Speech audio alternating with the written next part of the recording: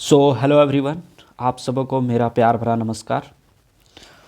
और आज मकर संक्रांति है, तो आप सबों को ढेर सारी बधाइयाँ हो मकर संक्रांति का। तो दोस्तों, ये क्लास जो है इसमें हम बताने वाले हैं कुछ क्वेश्चंस, और उससे पहले कुछ बातें हैं इस तरह कि देखिए, एसएससी का जो है नोटिफिकेशन आ चुका है, ये एलपी का भी एग्ज़ाम डेट आ चुका है। तो इस तरह से रेगुलर आपका एग्ज़ाम आने वाला है, और ग्रुप डी का भी जो एग्ज़ाम चल ही रहा है, और एसएससी जीडी का भी शायद आने वाला है एग्ज़ाम फरवरी लास्ट से।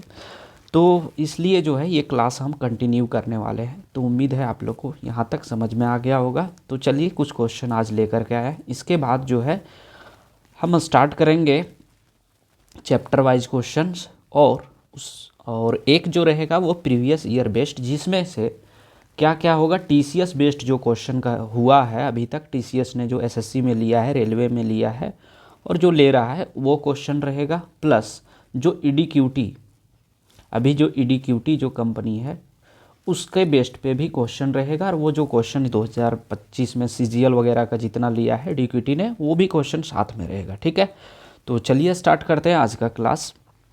आज कुछ ही क्वेश्चन रहेंगे, कल से जो है आपका रेगुलर ज़्यादा क्वेश्चन रहेंगे। दिया है क्वेश्चन में, the chord length of a chord made on an arc of a circle is equal to the radius of circle. The length of arc is what if the radius of the circle is 21 units? तो कहने का मतलब ये है, बोल रहा है एक सर्कल है, ठीक है, उसका कॉर्ड जो है, एक आर्क पे कॉर्ड बनाया जाता है जो कि रेडियस के इक्वल है वो कॉर्ड, ठीक है, और रेडियस का लेंथ दिया हुआ है 21 यूनिट। जस्ट लाइक ये फिगर ड्रॉ करते हैं, ये हो गया, यहाँ पे फिगर अगर ड्रॉ करते हैं तो ये हो गया आपका क्या, कॉर्ड, ये कॉर्ड हो गया। अब यहाँ से जो है ये रेडियस ले लेते हैं, बोला है ये रेडियस जो है इक्वल है किसके, कॉर्ड के। आपसे पूछ जो रहा है ना, वो ये लेंथ पूछ रहा है, ये वाला जो है ना लेंथ पूछ रहा है। इसको हम लोग एल से डिनोट करते हैं, इसको एल से डिनोट करते हैं। ये 21 है, ये भी 21 है, और ये भी 21 है। आपसे पूछ रहा है एल क्या होगा।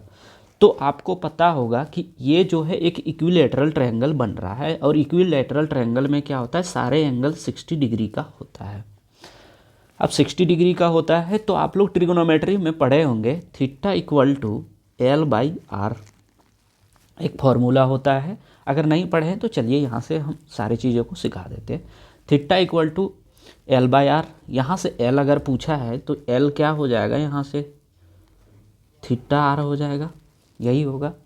और अगर यदि यहाँ एक कंडीशन ये भी होता है कि अगर यदि लेंथ और रेडियस निकालते हैं तो जो एंगल रहेगा ना उसको रेडियन में हम लोग को कन्वर्ट करना होता है। तो 1 डिग्री इक्वल टू होता है पाई बाई 180 रेडियन, ठीक है, ये इतना रेडियन हो जाता है। तो यहाँ से हम लोग वैल्यू पुट करेंगे, एल इक्वल टू 60 डिग्री जो है वो 60 इंटू रेडियस मेरा कितना है 21, और यहाँ से पाई बाई 180 लिखेंगे, क्योंकि रेडियन में 60 को कन्वर्ट करना था 60 डिग्री को, चूँकि ये एंगल मेरा 60 डिग्री है। ठीक, अब यहाँ वैल्यू पुट कर देते हैं,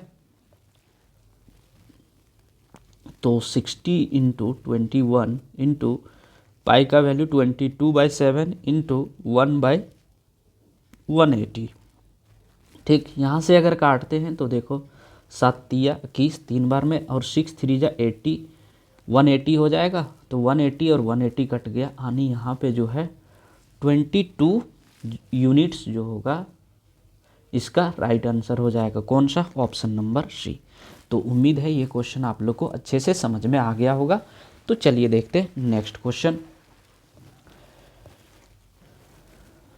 दिया ये sum of money at compound interest double itself in 4 years, in how many years does the sum becomes 8 times of itself at the same rate of interest. तो कहने का मतलब ये है कि 4 साल में कोई भी पैसा जो है डबल हो जा रहा है, तो बोल रहा है कितना साल में जो है ये 8 गुना हो जाएगा। तो देखिए करेंगे क्या, यहाँ डबल हो जा रहा है यानी 2 हो जा रहा है, कितने 4 साल में। यहाँ ईयर लिखते हैं और यहाँ पे जो है नंबर ऑफ टाइम्स लिख सकते हैं। ठीक, तो ये जो है आपका 8 टाइम्स हो जा रहा है। तो पूछ रहा है यहाँ कितना साल में। अगर इस तरह से रहता है क्वेश्चन तो ये जो है ना 2, इसको 2 के फॉर्म में कन्वर्ट करना है। तो 2 का फॉर्म में कैसे कन्वर्ट होगा, तो 2 का पावर 3 लिख सकते हैं क्या, लिख दिए। अब क्या करेंगे, ये जो पावर है शो और ये ईयर है वो दोनों को हम लोग मल्टीप्लाई कर देंगे 3 × 4 यानी 4 3 जा 12 ईयर में जो है ये आपका 8 गुना हो जाएगा।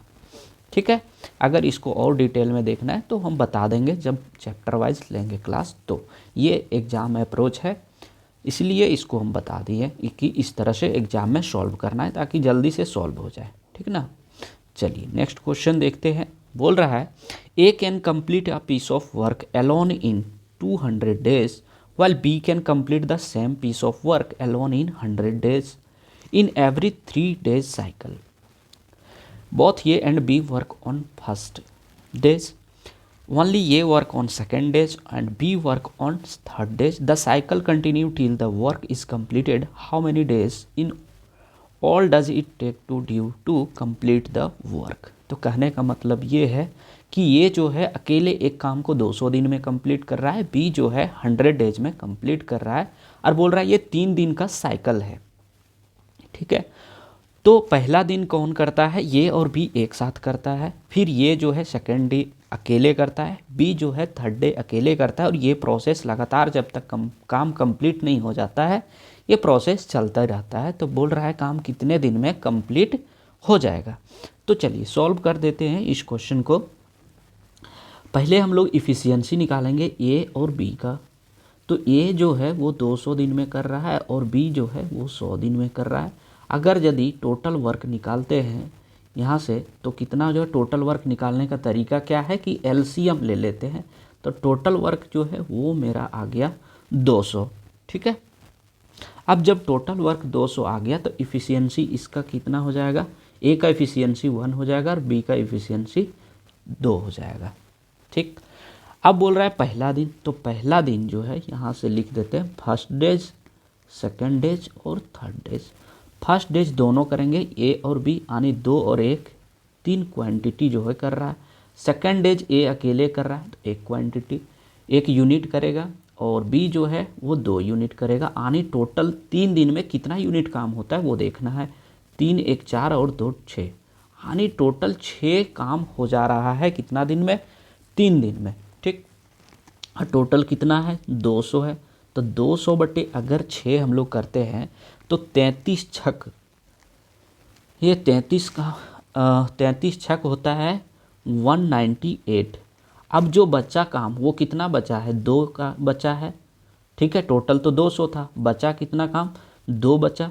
अब 2 जो बचा है वो कौन करेगा, फर्स्ट डे जो काम कर रहा है वही करेगा। तो टोटल कितना यूनिट है 3 है, 3 में से ये कितना कर रहा है 2 ही कर रहा है तो 2 बटे 3 करेंगे। अब देखिए ये 33 2/3 आ चुका है हम लोग का।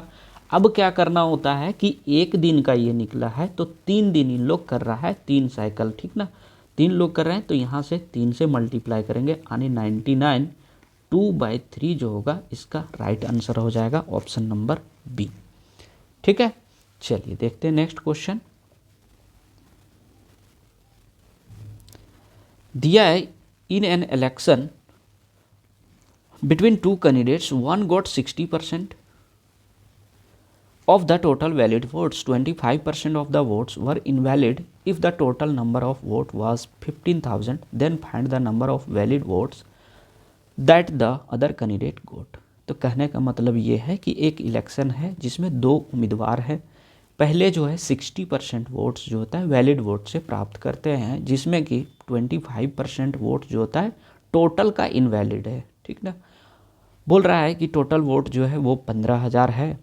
तो बोल रहा है कि जो अदर कैंडिडेट है दैट मीन्स एक जो 60% वोट प्राप्त कर रहा है तो दूसरा कितना 40% प्राप्त करेगा। तो वही बोल रहा है कि अदर कैंडिडेट कितना वोट प्राप्त कर रहा है।